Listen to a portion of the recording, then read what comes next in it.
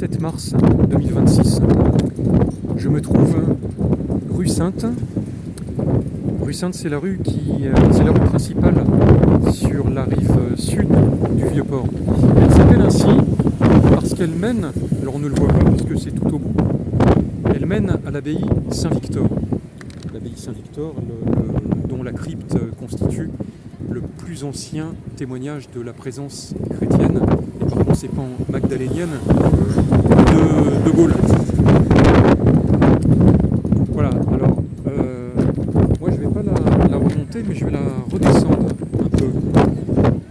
Alors aujourd'hui précisément c'est extrêmement difficile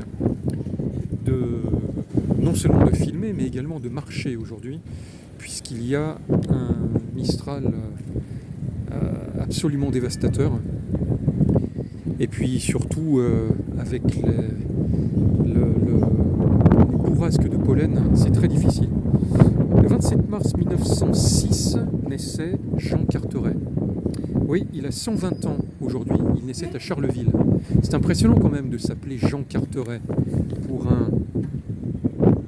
un spécialiste du tarot, n'est-ce pas?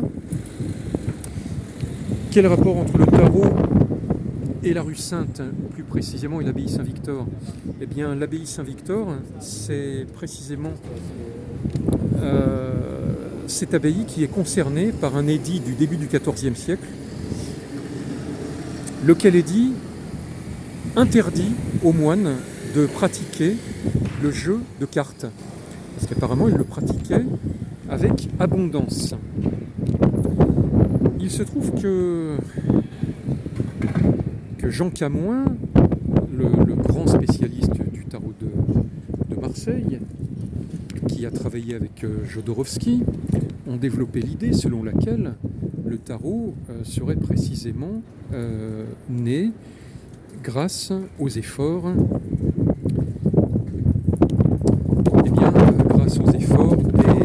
de Jean Cassien et donc des Cassianites de l'abbaye Saint-Victor qui ont recueilli le message de Marie-Madeleine. Je ne vais pas m'étendre là-dessus. Aujourd'hui, ça a été l'objet de ma récente conférence à Marseille. Jean Carteret, donc 120 ans aujourd'hui, il est mort le 27 juin 1980. J'avais précisément 10 ans ce jour-là. Alors, n'oublions pas que c'est un très grand joycien. L'assise, si je puis dire, parce que en réalité ce n'en est pas une, puisqu'elle est dynamique. L'assise de Jean Carteret, c'est le Stream of Consciousness joycien. Il a consacré 2 livres au tarot, le tarot métaphysique qui est sorti en 1977, et donc le tarot comme langage que j'ai dans les mains, qui est sorti après sa mort en 88. Alors, bien sûr, il connaissait particulièrement bien les travaux d'Abellio, puisque Carteret voyait dans la structure du tarot un équivalent enfin, il voyait une structure ternaire, comme Abellio.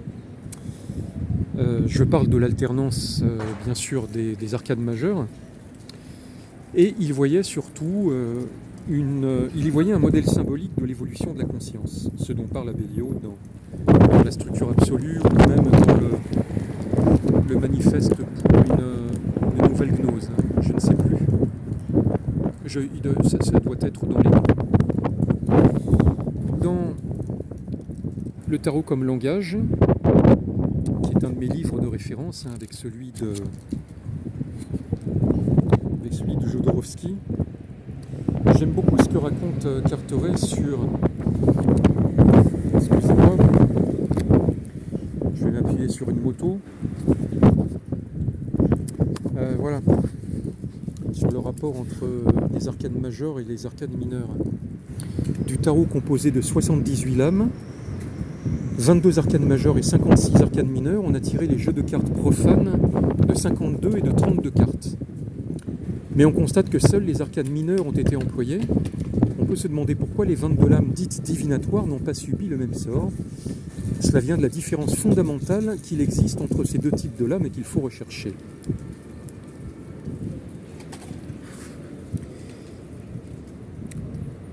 si l'esprit se répand par les trois principes, la vie, au contraire, qui est une multiplicité, se fixe dans les quatre éléments. Les quatre éléments sont aux trois principes ce que la vie est à l'esprit. Vous voyez, je me fais attaquer par des rebuts de Mistral, le maître vent. Les principes sont dominants dans les arcanes majeures et l'esprit domine sur la vie. Au contraire, c'est la vie qui domine sur l'esprit et les éléments qui priment dans les arcanes mineures. Par exemple, j'ai dans la poche un représentant des arcades mineures et un représentant des arcades majeures. Je vais essayer de faire en sorte que ça ne s'envole pas. Voilà, le cavalier d'épée, que j'aime beaucoup, et puis bien sûr le battleur, sur lequel j'ai beaucoup travaillé.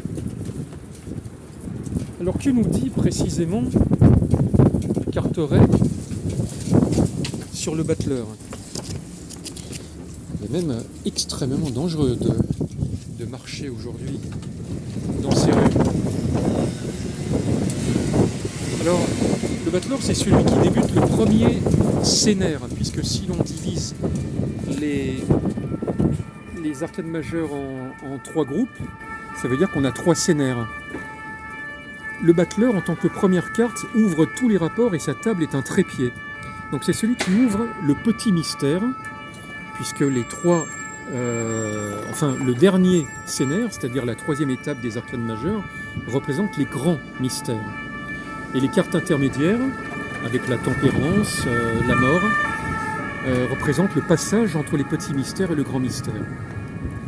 Alors, sur le battleur, il y a une nécessité, l'inverse du battleur étant l'amoureux, qui va du public au privé, et le battleur est en rapport avec le public, et non avec la société, dans la mesure où le public est le dénouement en secondarité de la société, dont l'état est le nœud naturel.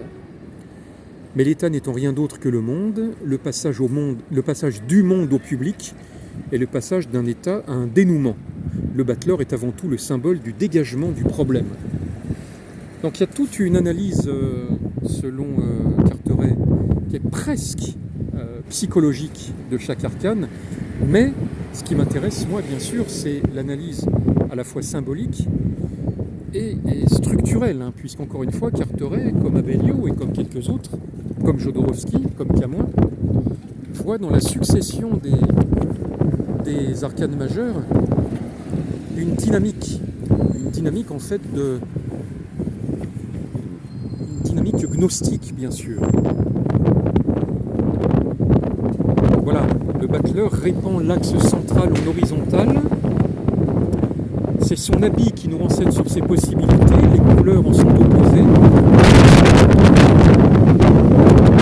Et là, évidemment, on n'arrive plus à lire, mais vous savez ce qu'on va faire? On va reprendre les cartes en main. Très chaotique cette vidéo aujourd'hui. On va reprendre les cartes en main pour visualiser exactement, sans aller jusqu'au bout, pour visualiser exactement le rapport entre arcane mineur et arcane majeur, tels que sont le cavalier d'épée et le battleur. Vous le voyez, les cartes sont très complémentaires. Et on va s'arrêter sur un mur de Marseille, donc qui est situé, comme vous le voyez, à côté de la rue Sainte, et qui va me permettre de consacrer l'épilogue de cette vidéo.